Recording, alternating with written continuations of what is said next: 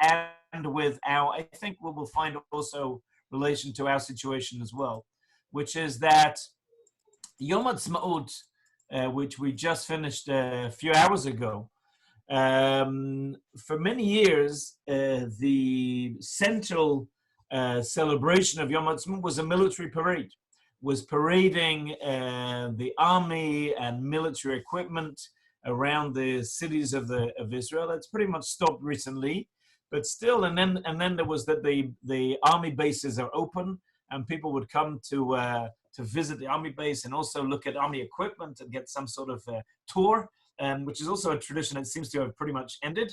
And so what I want to think about is the relationship with our relation to war in general, and what does it really mean? What is the place of war?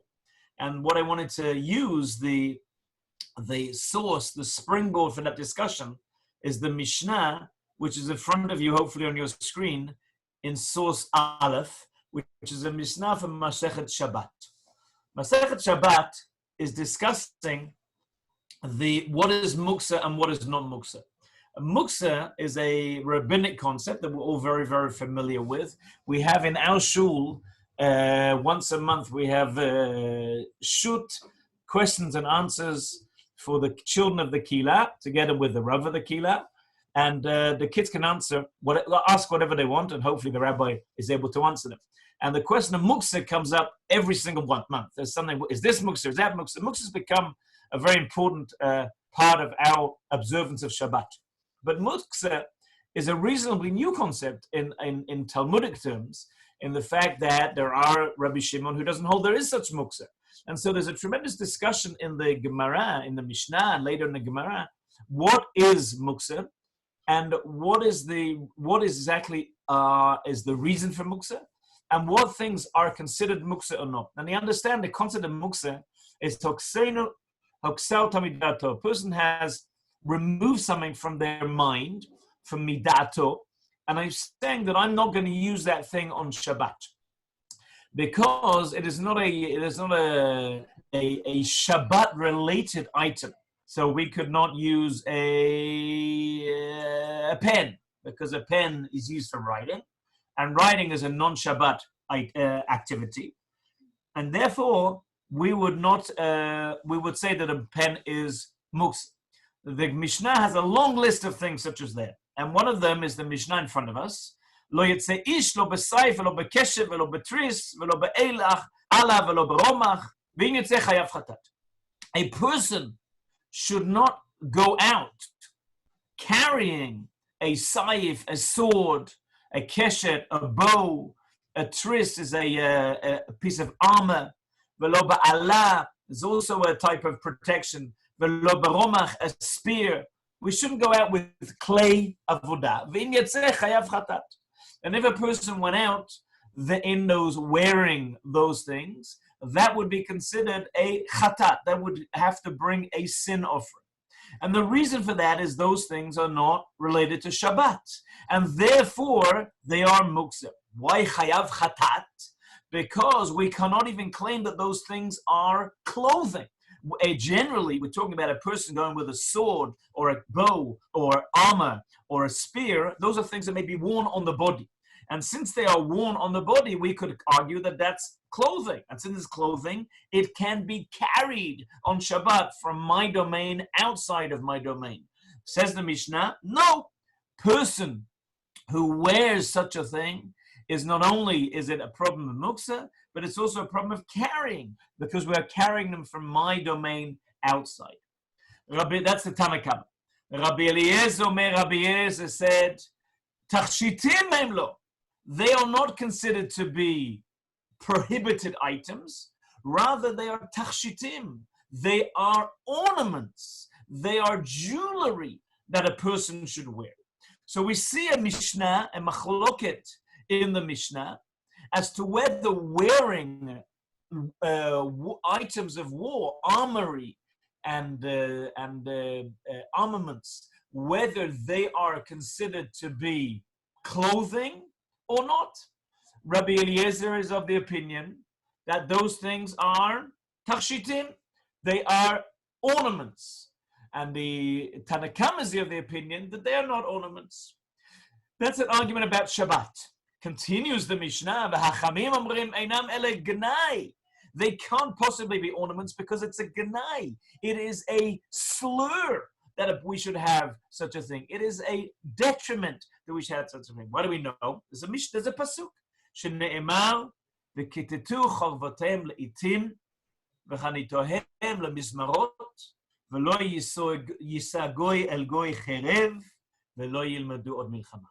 Because Yeshayahu says, he says in a verse that la'atid, that at one point we will break up our swords into plowshares and our armaments into plows or into pruning shears. V'lo yisagoy al goy cherev, that the one nation will not raise a sword against another nation. And they will not learn again war. I think that verse from Isaiah, from Yeshayahu, is engraved in the entrance to the United Nations in New York. That the idea that having a League of Nations will stop war, and therefore war will become a thing of the past. And what will we do with the armaments? They will be made into tools of agriculture. We will use them to plow and to sow and to increase good in the world, and therefore we will not need more war anymore.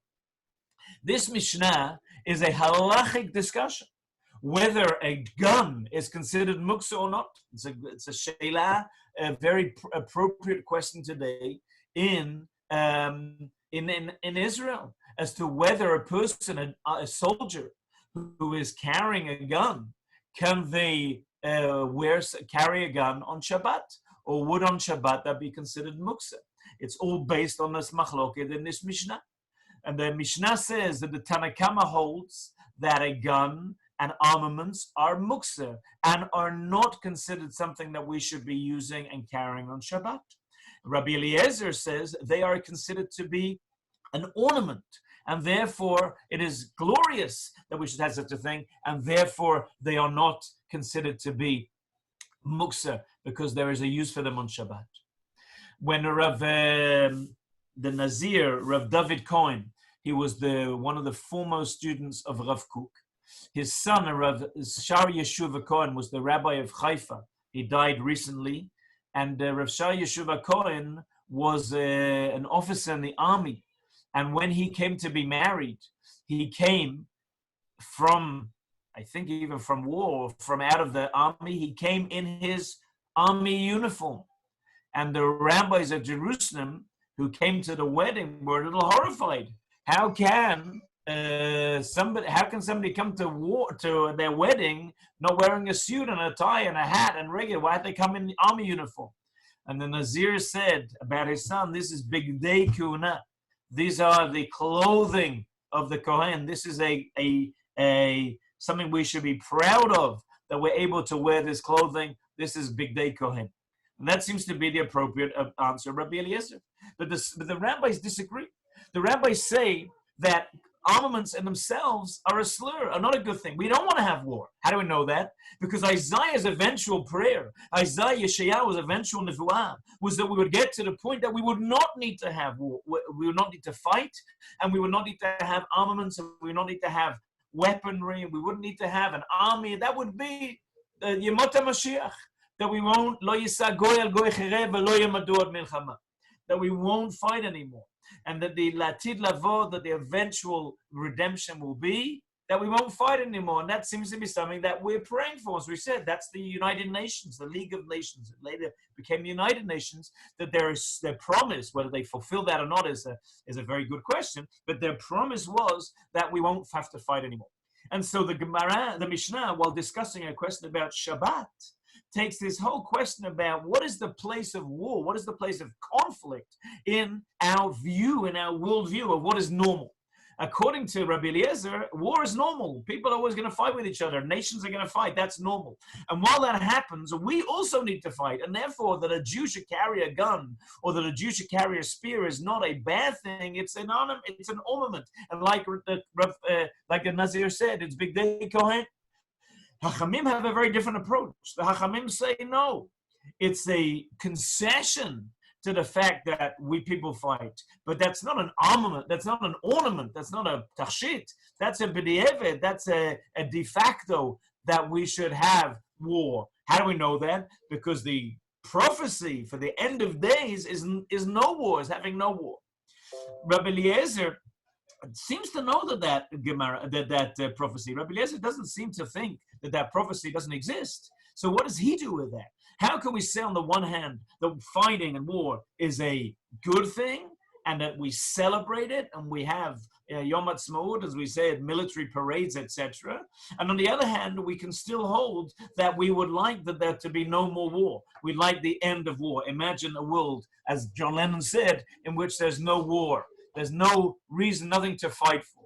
And where do we hold on that question? And if we look in the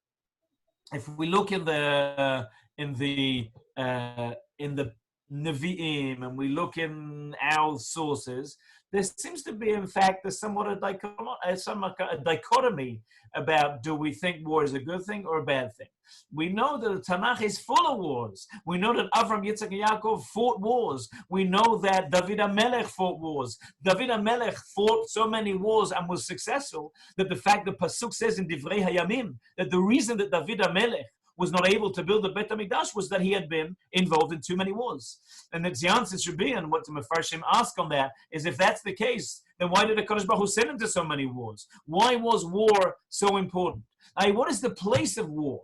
And Rav Kook is writing, Rav Kook discusses this in the 1880s, well before the First World War, but Rav Kook also writes later, we won't see it today, but he will refer again back to his idea that he had in his 20s. He will refer back during the First World War. What is the place of war? Obviously, we don't want to fight anymore. We don't want to have military strength. However, I don't know if any of you saw yesterday, here in Modi'in, we didn't get to see it. But in Yerushalayim, I think you did get to see it. You saw the Matas, you saw the flyover of the Israeli Air Force, and I'm sure that it was incredibly impressive. And we say, look, this amazing Air Force we have, this amazing army we have. We're very proud of the Israeli army that we fight, and we're the best fighters. So on the one hand, we want peace. And on the other hand, we have war, and we think war, if we excel at war, we excel at beating our enemies. So what is it? Which of these two do we really want? Do we want peace, or do we want to excel at war? What is it they're wanting? And that's what Rav Kook writes about in the passage that we're going to see. Go back to the sheet. Rav Kook, and there's a long passage. We're not going to see the whole thing today, but he speaks about this because the Gemara continues. Maybe at later times that we come to learn together, we will see the continuation of the Gemara and a continuation of Rav Kook's explanation. But here in Einaya, in 3 separate passages, in Shabbat, as you see here, the reference, Mem Bet, Mem Gimel, and Mem Dalet, Rav Kook speaks about that exact question. What is our relationship between, on the one hand, war, and on the one hand, peace? What is that? Where do we find ourselves? What is the Tanakh? Where does the Kodesh Baruch Hu want us to be? Rav Kook says the following: Hagvura, strength. And when we say Gvura, we speak a lot about Gvura on Yom HaZikaron, on the Remembrance Day, that we remember, that we commemorate the fallen soldiers and those that were killed in terrorist attacks. We speak about Gvura, about Gibur, about strength, about heroism. Hagvura, says Rav Kook, Shehilatzma itachshit. Strength in of itself is an ornament. That somebody is strong. Remember that the Mishnah in Masechet Avot says, Ezu Gibor hakoveshet yitzro. Who is strong? One who overcomes his evil inclination. The Mishnah does not say who is strong. Being strong is a bad thing. And it was for many, and we spoke last week when we met, that for many centuries and even millennia, the Jewish people were not able to show physical strength. But strength in itself is not only physical, it's a state of mind. It's the belief that there's something beyond my ability at the moment that I could get to. And therefore, if I am strong and overcome my evil inclination, I say that I'm getting beyond my nature. In nature, I would be led by the Yetzer Hara, and yet I decide to overcome the Yetzer Hara, to go beyond the Yetzer Hara. So Gvura lehitgaber, mitgaber ka'ari, says the verse. Litgaber is to overcome the norm. That in itself is a tachshit, that a person realizes there are things that are worth pursuing. We spoke about last time that Eretz Israel is beyond nature, and therefore to achieve it we need to be supernatural. Like we spoke about Yisurim, you'll remember, that the ability to have strength in of itself is commendable. It's a tachshit. The fact that we are strong, that's a good thing. Why, says Rav Kook? The strength of life in all of its aspects is good and beautiful. And when we see somebody that is build themselves up and becomes strong, whether that strength be mental, spiritual, or physical, that is something that is commendable. That is good to see. That is something that we aspire. We give prizes for people who are giburim, for people who have overcome the natural inclination not to succeed, not to excel. And therefore we commend that, we commemorate that. And therefore that is a good thing. And that in itself is connected in its essence, in its natural state, in its essence, with Gvurat Nefesh, with overcoming, with a spiritual overcoming. As we said, that idea of Gvura means that here's an obstacle that we could say, there's an obstacle, I'm sorry, I can't overcome it. However, when we realize there's a way to overcome that obstacle, if I put an effort, if I think, if I have determination, I will overcome that. That's Gvura. And that overcoming could be a physical obstacle, it could be a spiritual obstacle, it could be an intellectual obstacle. It could be that if I really put in all my effort, I will crack this code. I will find the antidote to this virus. And so the Gvura, which again we say we commend, I'm sure that the person who will find the vaccine for COVID-19, not only will they become very wealthy, but they'll be lauded throughout the world. And I'm sure that people will say they should win Nobel Prizes and other things because they did a great thing for mankind. There's an obstacle, I overcame it. There's a Yetzer Hara, I overcame it. Those same idea, the Gvura, the ability to overcome, shows a determination that's connected also to a spiritual determination. Because if it's only a physical strength, then I'm just strong. I'm as strong as I'm able to be. I'm as strong as I'm able to push myself. But if I see there's an end, there's a point in which that's the achievement is worth it, then I will go and do whatever I can to achieve that. The achievement will be to protect my people. I have an enemy. I need to overcome them. We will do whatever we can, whatever it takes in order to overcome them, because the aim, the task is so worthwhile. The benefit is so great that I'm willing to make the effort to do it. And therefore, says Rav Kook, any strength is also connected to spiritual strength.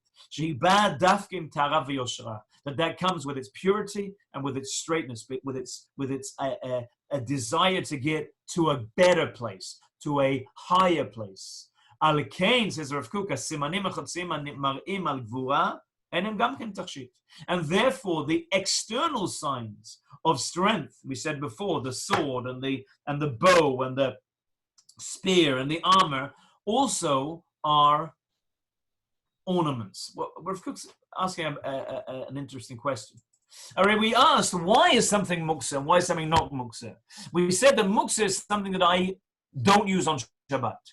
And therefore, using on Shabbat, ipso facto makes it not muksa.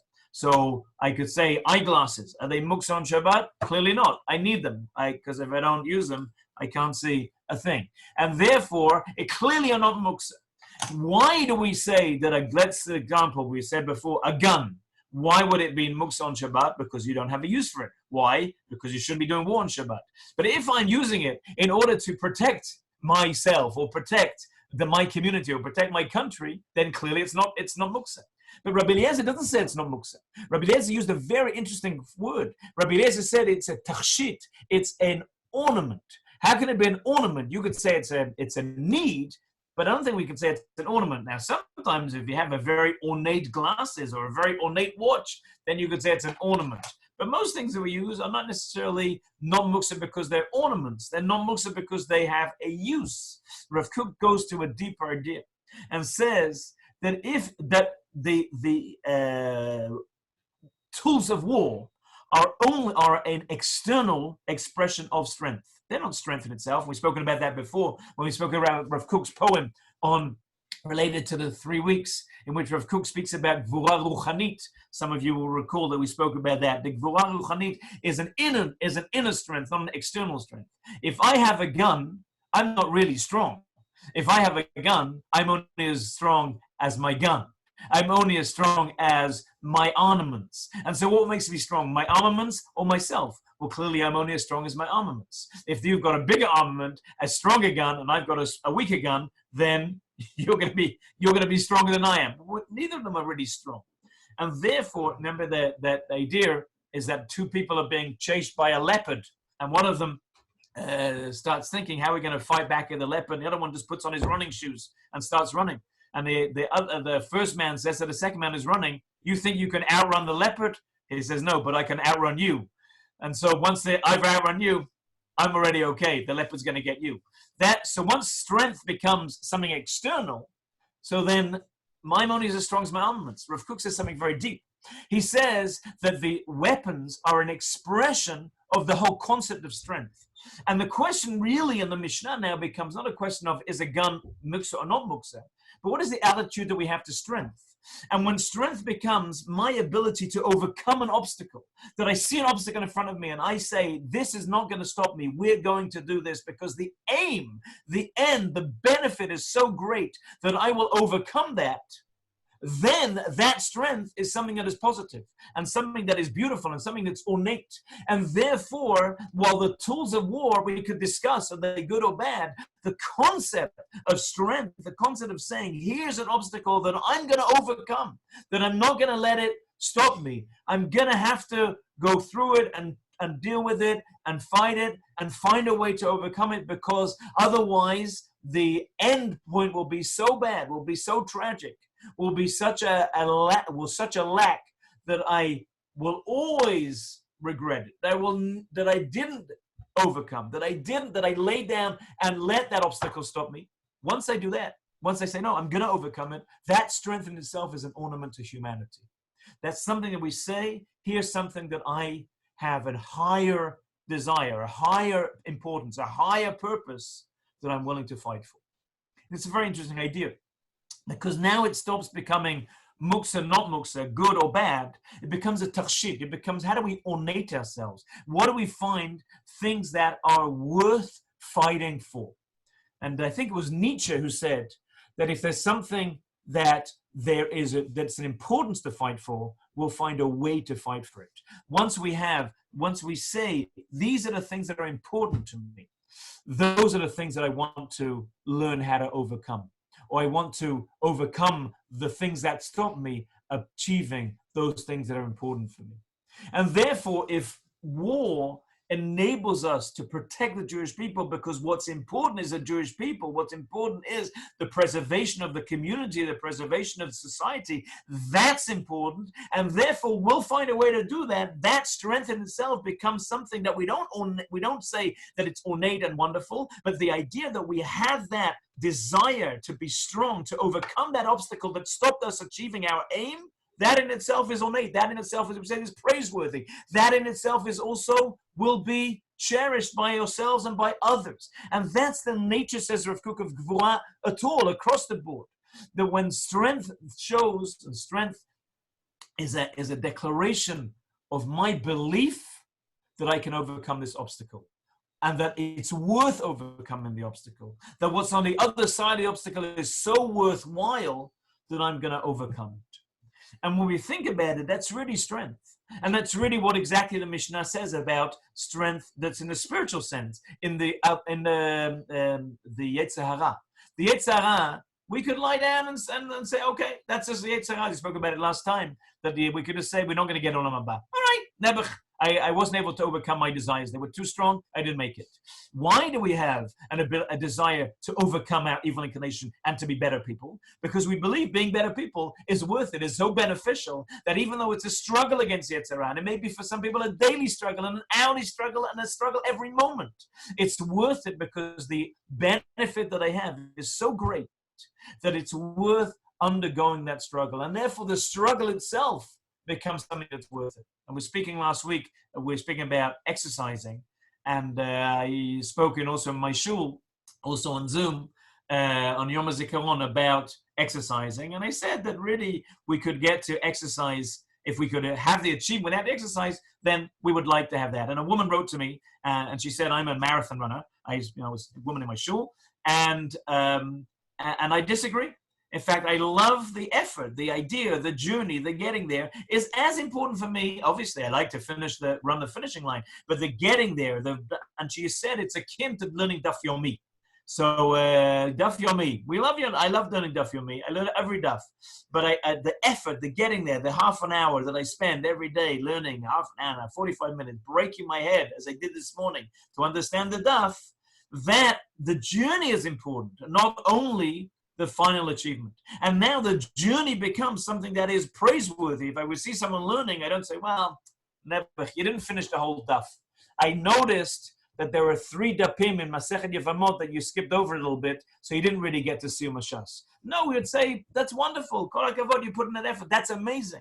Why? Because your declaration is that I'm putting in effort to something that is worthwhile.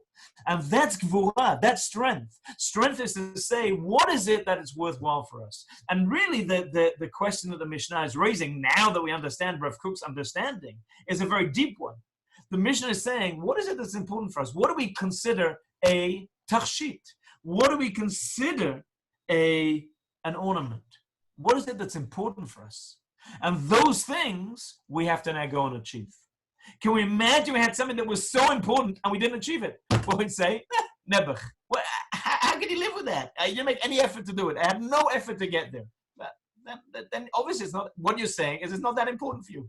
You know, someone says, I really wanted to come to the shiur, but I just didn't make it. Why not? You know, something happened on the way.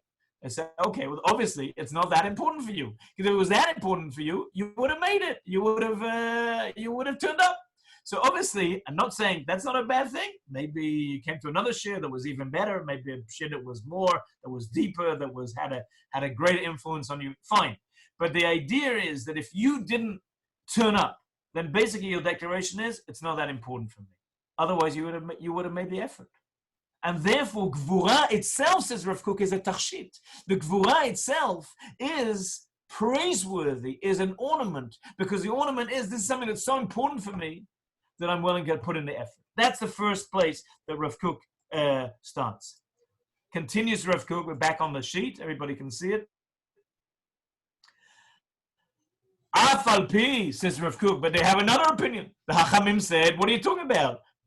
Armaments, war is gnai, it's a bad thing, says Rav Kook. Afal pi, she'etzem midat gvura hi tiferet v'tachshit la'adam. It is true, says Rav Kook, that strength in itself is a beauty of man. It's an ornament for a human being. Aval, so why do Hachamim disagree? Hachamim didn't think that ether was a good thing. They didn't think that gvura was a good thing. Why did the Hachamim disagree with that point? Aval ha'ofen asher nishtamshu bo ad ko b'nei adam begvuratam imuchuar harbe. Says Rav Kook, what did the Hachamim say? The wise, the Hachamim, those who disagree with Rabbi Eliezer said, the way that it was used in their strength was very hurtful, was very negative. It is true that strength is a good thing, but when the strength is used in a bad way to overcome, I want to be evil. I think that being evil is so important that even when there are obstacles to being evil, like prison or good people are doing good, or they're my obstacles, I'm going to overcome them. So then the gvura isn't good. I.e., strength is an idea that I've said what's important and I've gone to achieve it. But if what's important for you is a negative thing, then suddenly strength becomes a negative thing in itself. That being strong to do evil is obviously a bad thing. So the Hachamim's argument with Rabbi Eliezer is very deep now. Rabbi Eliezer says, you know what strength is? Strength is a declaration that I have an ideal that's more important than my own personal gain, than my own personal nochut, my own personal tranquility. And therefore, I'm going to make all the effort to get in and I'm going to fight. And clearly fighting, nobody enjoys fighting. Nobody thought that fighting was a good thing. And therefore, to fight, you have to work hard. And therefore, we see when we have someone even fighting who is, has the clay name, the vessels of war, that's something we should commendable. That's a tachshit. Hachamim said, you have a problem. The problem with that idea is that there are many people who use strength in a negative way. When strength is used in a negative way, you can't always say that strength is a good thing. It is true that the concept of having strength, the concept of saying, here's an ideal, I'm going to go and achieve it, is a good thing. What if what you want to achieve is a negative thing? What is it when strength is used to do destructive things in the world? And therefore, strength cannot always be a good thing. It is true that strength is sometimes, and maybe we hope often, and maybe even the majority is something that's commendable. But if we would have, let's imagine that we have two teams of experts or expert scientists, one of whom is now doing all the effort to find a vaccination for COVID-19. And another team who's making an incredible effort to enhance COVID-19, to make it more powerful and more resilient to the vaccination. Both of them are putting in a tremendous amount of effort. Clearly, one of them, we would think, is good, and one of them is evil. Both of them are putting effort, and they're losing sleep over it, and they're thinking, and they're coming in, and they're trying different things. But it's clear that the first, we would say, is commendable, and the second, we would say, is negative. That's really the machloket between Rabbi Eliezer and Hachamim. Is strength, says Rav Kook, always a good thing? Or can strength be used in such a negative way that it's something that we find mechuar, we find ugly? Continues Rav Kook. Uba'asher klei zayin. So what do we do with armaments? What do we do with weapons? Shashimush bo hu berubo rak lera'ah. Most of the times, most weapons in the world are used negatively. Most weapons are used, what Bush called weapons of destruction, weapons of mass destruction. Most weapons are used bad. It is true that you could use weapons to defend yourself. And in fact, we call our army not the army of attack, but the army of defense. Hagana Yisrael, an army of defense. That can be used, but Barov, that's not what's used. Most times in the world, weapons are invented to cause harm, not to cause good. Hu moreh, says Rav Kook, it shows yoter al ashchatat enoshit, it shows more of the destruction of humanity, mima shemoreh al tiferet gvura tzvuna bekirbo, more than it shows the commendable nature of this human strength that we have. Al kain einam ele gnai, and therefore it's negative. Says Rav Kook, the machloket in the Mishnah between Rabbi Eliezer and Hachamim is about what do we think of strength in general, but even more specifically when we apply that to war. Rabbi Eliezer says strength, no one wants war. Rabbi Eliezer was not more of a warmonger than the Hachamim were. But Rabbi Eliezer said, I commend the young men and women who lose sleep, who spend their hours, who have difficult conditions in order to defend you and I, that we can sit here and enjoy this shiur, that we can sit here safely and have this discussion. And so that strength in itself is commendable. It's true that war is negative, but that strength and the ability to overcome something, that I enjoy people who have overcome things so much that becomes a tachshit, that becomes something that is a ornament. Hachamim said, but you can't ignore that war is a bad thing. And therefore, while we agree with you that gvura is a good thing, the problem is that the way it is used is often used negatively, that war is a tool of destruction. And so in Rav Kook's very, very deep explanation of the Mishnah, I understood the Mishnah very simply. Before Rav Kook, I understood the Mishnah as a machloket. The machloket in the Mishnah is, halachically, is a gun muksa or not? And a little bit more explanation of that is it considered to be a good thing or a bad thing that there's war in the world? Rav Kook said that's not the argument at all. The argument is, what do we look at? The difference between gvura and milchama. Gvura, strength, we all agree is a good thing. We all agree that this idea that there's somebody who overcame obstacle, and whether the obstacle is a physical obstacle, a spiritual obstacle, an intellectual obstacle, we commend people who overcome obstacles, who don't sit back and say, no, never, we're not able to do. People who have, we can imagine the strength of the people who compete in sports, and the sportsmen, the strength of the scientist, the strength of the soldier, the strength of the person who's disabled and overcomes their disability. That strength is so commendable that any expression of strength is a good thing. We come and say, look at that, that's amazing. And therefore, even when that strength is an external strength, like having weaponry, like having an arsenal, like having a armory, that is still considered to be something that's so commendable that we would call it a tachshit, we would call it an ornament. The Chachamim don't disagree that Gvura is a good thing. The Chachamim agree that Gvura is a wonderful thing. That strength, that our ability to overcome difficult circumstances is an amazing part of humanity. That humanity's ability to overcome difficult times, difficult obstacles, as we say, in whatever arena that is, that we agree, of course, is commendable. The only difference that we have is that we think that many times weapons, instead of being positive, are used for the negative, are used for destruction.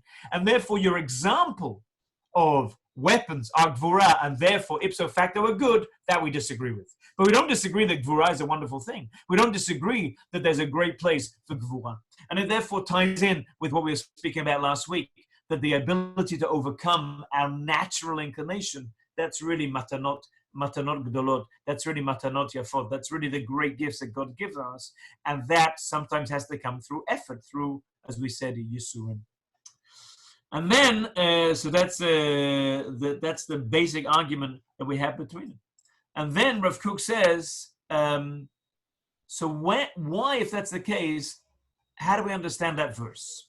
Let's look at the verse again from Isaiah, that's written above the gates of the United Nations. And they will beat their swords into plowshares, and their shields into mizmarot, into shears. And they will not, a nation will not lift up a sword against another nation, and they will not learn again war. Says Rav Kook, there's a very fascinating idea here. There are two parts of the verse that we listen to.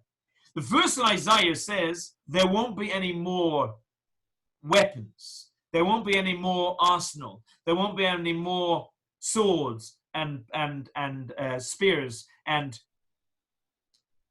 any other of those klei milchama, of those elements of war that we saw in the beginning of the Mishnah. That's the first element. There won't be weaponry. But you know what? People don't need weaponry to fight each other. But nations won't fight against each other. Not all weapons are used between nations. Weapons are used often between individuals within the same nation. Most gun crime isn't between nations. It's among the nations themselves. What does that verse mean? What does Isaiah mean that nations won't learn war? And then he comes to speak about what is the elements of war among nations. That's the third passage in these passages of Einayah that Rav Kook speaks about this Mishnah with us. Hanigud animsa ben goy legoy. The difference between nations. Once we say there is a nation, there is a difference between that nation and another nation. The essence of nations is that we are different from each other. The essence of nations is that there is a border that separates us. There is a nature that makes us different from each other. And therefore, goy, once I say the concept of having a nation, that is exclusive. that is distinctive. That makes us different from another nation. Otherwise, we don't need to be nations. There'll be a brotherhood of man, as we said before. John Lennon speaks things about that. We don't need to have different nations. But the idea that there are different nations means that we are different from each other. And therefore, we are sometimes contrary to each other. The difference between nations, the whole time that it is needed, there is sometimes a need to have different nations. There is a need to have nations that will do different things. And in fact, the League of Nations, the United Nations, come with different agenda. And sometimes those agenda are important. It's important that we have differences between nations. Though if we were all the same, then we wouldn't be able to develop in different ways and to complement each other. And in fact, that's the story of the beginning of the creation. That's the story of the Migdal Bavel. The second parasha of the Torah, Parashat Noach, concludes with the story of how we separated out into different nations, which is a story that ancient man, of course, would tell themselves, each other, how is it possible that we came from Adam, from one person, from one beginning, whether we call it Adam Arishon or Lucy in the genetic arena, which as a person who was the original gene pool of humanity that moved from being prehistoric man to being modern man, whatever we call it is irrelevant. How do we get to be different nations? How do we get to the point that we're so different, the differences between one country and another? It is necessary. That is the rectification of the world. Migdal Bavel, what happened when they came together to build a tower, they weren't able. Only when they were separated were they able to build, were they able to control, were they able to go and inhabit the world. And therefore, Tikunei Olam, there should be different nations. There should be different places. There should be different, we shouldn't all just be the same. And that develops the world. The world is developed by the fact that there are different nations. Sometimes there are also competitions between nations. There's a competitiveness between who's going to win the Olympic Games, who's going to win the Nobel Prize. And in fact, when the Nobel Prize is won, and I'm sure everybody here would like to be in that position, win a Nobel Prize, they fly, and we've spoken about this before, above the hotel where the Nobel laureates are sleeping, the flag of their country.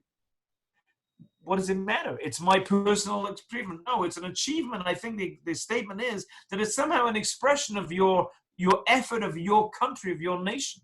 And therefore, when countries have that sometimes healthy competition with each other, that develops the world. And the fact, and Rav Kook writes about this in many places, and the idea that each nation has its own ophi, its own nature, that's a good thing. We're different. We just have to go to a shul in which we have Yekis and Lithuanians and a few token Sfardim, and you'll see how different nations are, how different their expressions of what's important and different of how they run their time. You know, that if you go to an Ashkenazi shul, what's the first thing you ask when you go to a new Ashkenazi shul? Not how good is the Kiddush. That's the second question. The first question is, what time does Tefillah start? No. The most important question is, when does it end? When does the Tefillah end? You go to a Sephardi shul, what's the most important question? When does the Tefillah start? Whenever we start, that's good. Whenever it ends, it ends. And the reality is that the Ashkenazim never end on time and the Sephardim never start on time. And that's part of the difference of nations. That's a good thing. That's an idea. We've come from those different places who have different approaches to how do we use time, to how do we use space, to what is important to us. That has developed the world. And the beautiful thing is that when we've come back to Israel and when we come back from these different places, if we brought different types of ways of living, different foods, different music, different attitudes, different cultures, and we have gained from all those different places. That's why Rav Kook said we went into Galut, is to learn from those different countries. And since there is a difference, since there is a competition, since there is a difference between nations, there has to be the fear of war. Because what does war come? We fight those that are different from us. We don't fight those that are the same as us. We fight in families, those are the same as us. But we wage war against those that are different. Once we say there are differences, there will be the threat of war. There may not always be war. There's not war between every single country wages war against each other. Even in the world wars, not every single country in the world took part. But the idea that there is a threat of war, it will happen because we are different. But says Rav Kook, we had to be different. That was Migdal Bavel. We don't want to be the same. We wanted to develop these different attitudes, the different parts of humanity. And therefore, there's sort of a stira in the creation of the world. That once we were spread out in Migdal Bavel, once we became different nations, once we became Ammon and Moab and Midian and Chel, Paras, and Madai, once we became these different nations, in each one had their own experience, their own development, their own nature, their own characteristics, and that was good for the creation of the world. We opened up the possibility that they would fight each other, that we would have war. וצריך חרב מוכנה, מוכנת בכף כדי להשוות את המשקל של הכוח. And therefore, they needed to have a sword to be ready. A nation, in order to survive, needs to understand its ability to fight. And all nations that could not fight disappeared from the world stage. And we've spoken about that many times before. Rav Kook's whole concept that there is a physical ideal, a national ideal, and there's a spiritual ideal. A country, a nation, a society that loses one of those will not survive. If there's no reason to fight, if there's no spiritual nature, if there's nothing that makes us different, we will not fight. But if we're not able to defend ourselves, then we will disappear as well. And we see that in nations that were developed nations that are overcome by other nations and disappear because they weren't able to fight. And therefore, if we want there to be different countries, if there are different countries that are going to survive play their time on the world stage, then they need to be able to fight. They need to be able to defend themselves. And the reason they need to have weapons is in order there shouldn't be war. They don't want to have weapons. Let's have the most weapons, so we'll fight. But sort of like the Cold War that in the 50s and 60s that was survived in order to stop there being a fight. The more that we're able to defend, look, I have my gun, I have my sword here, I have my gun here, don't start with me, because if you start with me, I will fight back, and therefore the threat of war will be alleviated by the presence of weaponry. So that says Rav Kook. We could discuss whether that's true or not, whether history has played that out or not, but that's an idea I think that's quite commonly understood, that that's a reason for having weaponry. But if we understand that what Rav Kook is saying is that we don't cherish the gun. We don't live by the sword like Esav was supposed to do. We have a sword to enable us to live without the sword.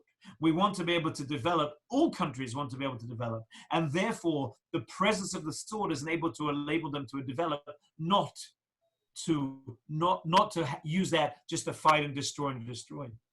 V'zoti hoda v'hadra shel, and that is the use and the beauty. Again, we spoke about ornament, the ornamental nature of the sword, i.e. its use of this is what enables our country to be able to develop. That through its strength of the sword, through the presence of the sword, the world is able to develop in different ways. Once we have different nations will have different natures. Different natures will give rise potentially to war. And therefore the presence of the sword is the ability to defend ourselves and to ensure that we won't have to fight real wars in order to actually develop our own nations all separately and all differently. And therefore what it does, it preserves peace. We have the United Nations peacekeeping force. The peacekeeping force doesn't walk around with doves and with daisies, putting them into the giving out doves to the other nations. They walk around with tanks and with guns and in order to preserve peace. Why do we want to have to preserve that peace? Because we want to enable those nations to develop. But its real essence is,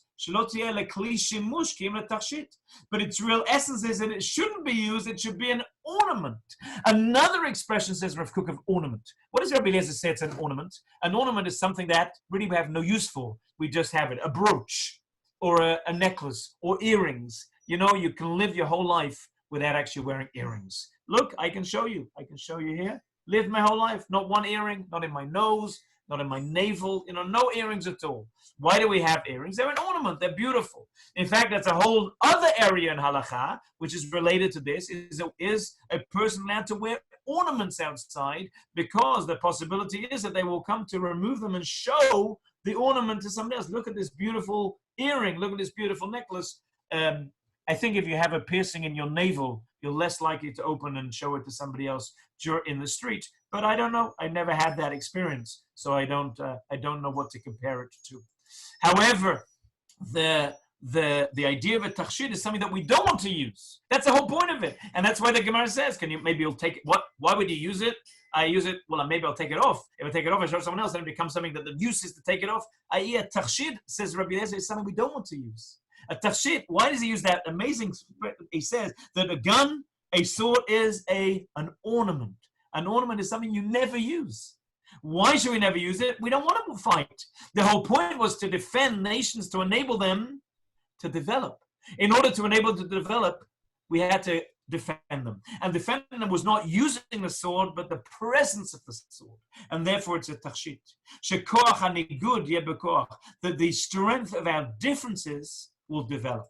We want to have different nations, and the different nations therefore will develop the world. But once we have different nations, we open up the possibility of war. Once we open up the possibility of war, what do we need? We need to have something that stops war. What will stop war? That's the koch of the sword.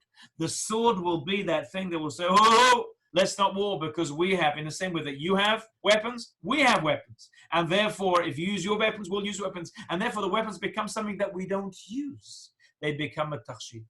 Kedei letamem et koach goy, letamem et kol goy al pi tzivim yom echad. In order to awaken and enable each nation to develop its own nature, its own characteristics, its own place in the world. That is the element of having different nations. That's what we want. But we don't want it to be used to spill blood. We don't want to use the weapons. We want the weapons to be that thing that stops us fighting. And therefore it becomes a tachshit. The Rabbi Eliezer didn't say, when you use the sword and cut someone's head off, then it's a tachshit. No, it's a tachshit when you don't use it, says Rav Kook. So why do we need it? We need it for something completely different. We need it to develop the nations, to enable nations to develop. Wait a second. If that's the case, now you have to explain to me the verse in Yeshayahu. Lo yisagoy el goy cherev velo yilmadu od milchama. Nations won't fight against other nations. But you just told me that nations are important for each other. Says the Kook, wait. Omnam b'yemot hamashiach. However, in the Messianic era, le'et asher tidbashel ha'enoshut legamrei. What does it mean, the Messianic era? The Messianic era, says Rav Kook, is that humanity has reached its pinnacle. Humanity has reached the point that it's supposed to get to. It's already achieved what it was put in this world to do. And therefore, each of the nations really have done what they were supposed to do. We can imagine that the world is like a team of workers in a high-tech firm. Each one gets their own project. And when they have to develop their own project by themselves. So you have a writer, and you have a developer, and you have someone who's writing the language, and someone who's testing it, and someone who's working on marketing. They're all they have different tasks, they're different types of people, different jobs, and they come together eventually every so often to say, how are we doing? When they have each completed their project, and they may complete a project complete different times. The developer may have finished well before they've been testing it, and the tester may finish well before they marketed it. But at some point when they've all finished, the product will be perfect. That product is called humanity. And each nation, whether the nation still exists or was and has disappeared, each nation contributes their part to the completion of humanity. What is the Messianic era? When we fulfill the project. When the Mashiach will come, when we don't need to fight anymore. When we've achieved that every nation has got to the best it could possibly be, and humanity has reached its pinnacle. What will happen then? The world is already ready. Az yasur koach hanigud misharsho. Then we won't need any difference. Because the only reason we need a difference was because in order for you to develop, you can't. Don't speak to to the marketing person until you finished your development. Because if you're thinking about marketing, you're not developing. Develop first. Don't speak to them. But if we finish the project, then we have a big celebration at the end, because now we don't need to be different. And therefore, Rav Kook says the Messianic era is when all the nations become the same.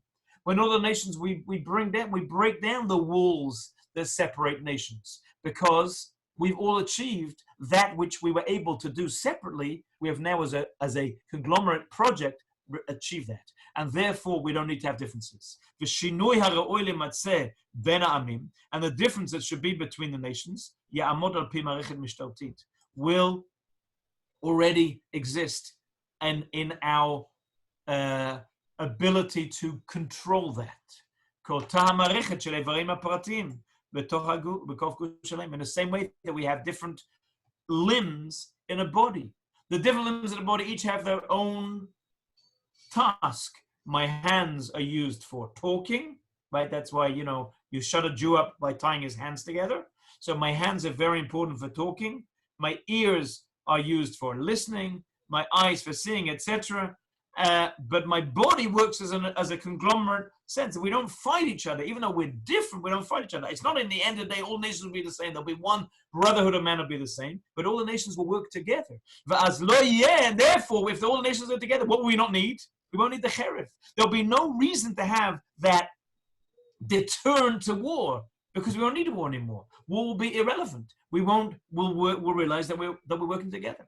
It's very possible that if you have an office in which people do different tasks, that there's sometimes a bit of a tension there, because the marketing people are working very, very hard, and they look at the development guys. They seem to have a lot of time. They're always around the coffee corner. They're always they don't know that they're doing things at home.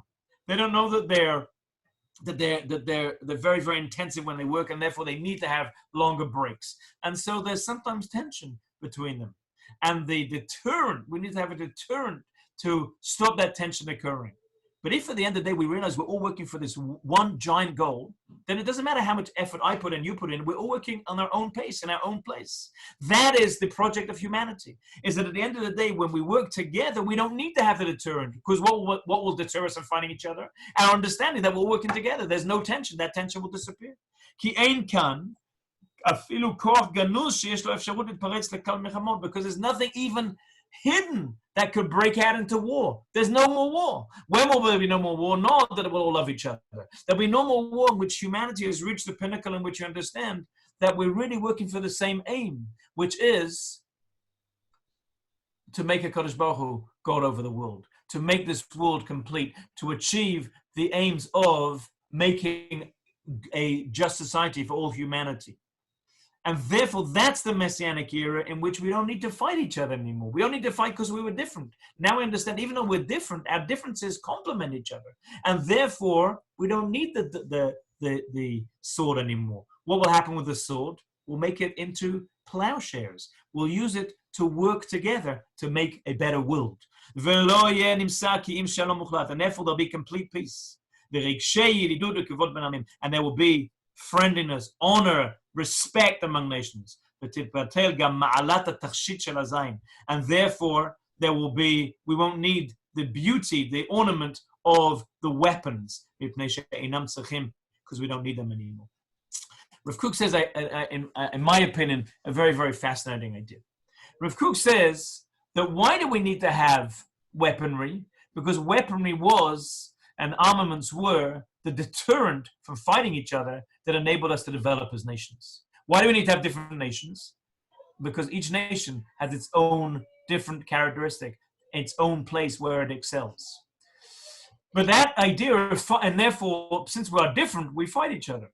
Like you have in a family, the two different children will fight each other because they're different, because they have different things that are important for them. However, when we understand that we're working together, when we've reached that point in which our country has reached its pinnacle, we've done our part for the project, and we understand that you've done your part for the project. We don't need to fight anymore. And therefore, the idea of armaments will fall away, because we don't even need that deterrent to fighting, because there'll be no reason to fight anymore. That's the sort of complex dichotomy that we understand between war and not war. We do not embrace war. And yet we understand that sometimes war is a necessity, but we would prefer to have armaments that prevent war from happening in order to develop each of the nations. However, why does the Torah speak so much about peace in eventual times? Because Rav Kook says that in eventual times, the differences between nations will be erased to the point that they won't be contradict each other. Rather, they will complement each other. They will come together as different nations to work together. I was thinking about this idea, this passage, in the light of the coronavirus that we're in at the moment. Two very fascinating things happened, I think, in the past 2 months that have really brought to light what Rav Kook says. The first is that almost every country understood that in order to survive and preserve itself, it had to close its borders. One of the first things that we did in Israel, one of the first things that was done in many countries, was to stop people coming into our borders. What does that mean? I.e., we closed our country just to the people in our country. In Israel, we did an even more fascinating thing, is that we flew back Israelis. It was the longest flight that ever has happened from Australia, direct flight to Israel, to fly back Israelis who were in New Zealand and in Australia who were stuck there, who were coming back. People who have been there for maybe some time, who weren't planning to come back. We flew people back from Peru back here. What happened? What did we just say? We said that it's important, a country is important, that the borders of the country are what's important, and therefore the allegiance of that Israeli, l'she'avar, that past Israeli in New Zealand, is in fact his or her allegiance to Israel is greater than their allegiance to New Zealand or Australia or the place that they happen to find themselves. And that's a very important message about the difference between nations. But then something else happened, that now that we've overcome that we closed our borders, another very fascinating thing happened. I heard this from Rabbi Sachs in the name of Bill Gates. I did not hear it from Gates himself. I heard it from Rabbi Sachs in the name of Bill Gates. That he said that here we have a world war, but we're all on the same side. The whole world is fighting today against the same thing. And this never happened in the history of humanity. In the history of humanity, we had lots of world wars, but we're always fighting against each other. Suddenly we have a common enemy for the whole world, which is this little tiny microscopic virus that we can't even see.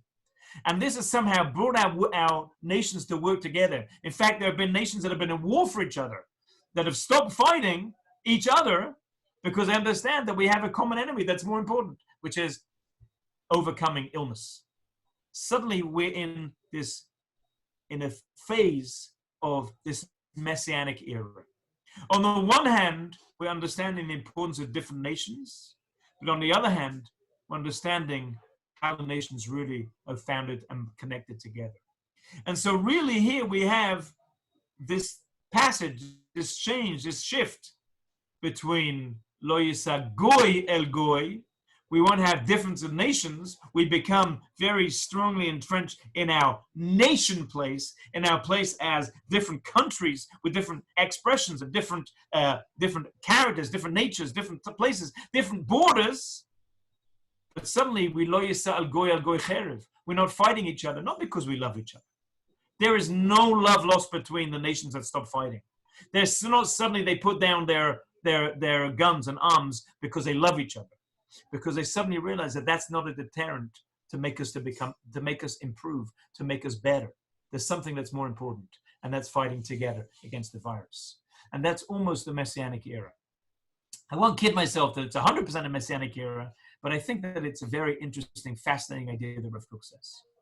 Rav Kook said that the Mishnah discusses, what do we think about weapons? Do we think that they're an ornament, or do we think that they're a slur? And the reality is that it depends how you look at ornaments and how you look at a slur.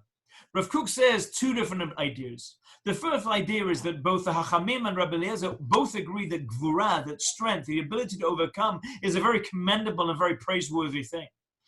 However, they disagree on how weapons are used. Rabbi Eliezer says that since they are a weapon of strength, they must be good. And the Hachamim said, but they're used in a bad way. They're not necessarily, ipso facto, they have to be good. And then Rav Kook said, the understanding of the pasuk gives us an even deeper understanding of what's a tachshit and what's not a tachshit. An ornament is something that we never use. An ornament is something that is ornate. And in fact, it's something that you have that you are not going to use for another. You don't take your earrings and use them to know, to screw on a screw on your bed table. They're earrings. They're something that they have a special use for them. They're not used other than for that thing which is just to be ornate, just to be jewelry, just to be beautiful to be there. Says Rav Kook, that use of Rabbi Eliezer's term tachshitim related to armaments is because the armaments come to do something very important. Arms come to stop us fighting each other, to enable us to develop as separate nations. When we have separate nations, that each nation has its own special nature, its own special contribution to the nation of man, to the brotherhood of humanity, the possibility is that we'll open ourselves up to fight each other. But when we have arms, they are a deterrent to war. We only need a deterrent when war is something that will push us forward, because it expresses the difference between us. If you want to be the most different from your neighbor, you have to fight them to show we're different from them. Look at them and look at us. We fight them, and therefore we are separate from them. We are different from them. But in the Messianic era, we don't need to fight with them. We don't need to be separate from them, because we've reached the pinnacle of humanity in which each nation has contributed its best to the project that is the brotherhood of humanity, the brotherhood of man. And as we said, I think in these 2 months we've seen a pendulum swing between the importance of nations, of individual nations, of separate nations, of borders, of how strong a border can be, how strong a border can stop a person, not the virus itself, but the person carrying the virus coming in and out. So we've spoken about nations, lo yisa goya goy cherev. We've understand that what's stopping us fighting is not the cherev. What's stopping us fighting is the common enemy. When we come to fight together, then we recognize that we don't need to have swords. We need to have something that is more important. We need to have gvura. The obstacle we have is illness.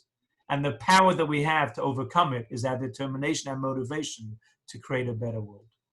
So I thought that was a nice Motzei Yom Ha'atzmaut understanding of how do we look at our own strength as a nation, our own place as a nation, and also maybe a deeper message into what's going on at the moment, to look at, are we more together or are we more separate? Are there things definitely to make us separate? Sure. Israel is separate from the other nations. In fact, more separate than ever been before. There are more people, there are more human beings, Israelis in Israel now than have ever been in humanity's history. Why is that? Because no one's going anywhere. It used to be, there was X number of Israelis in the world, but most of them were in Chutz La'aretz. Now we're all here. We're not going anywhere. And so now we're all Israelis here. If you're an Israeli, you're in Israel. That's it. So we've spoken about the importance of nationhood, but also the importance of not having war that is a thing that separates between us, but having a common enemy, which is in this case illness, that binds us together and to create Be'ezrat Hashem a closer step towards a messianic era when humanity will reach our pinnacle to understand, to make a world that is better not only for ourselves but is better for everyone else. Shalom, shalom. Thank you very much.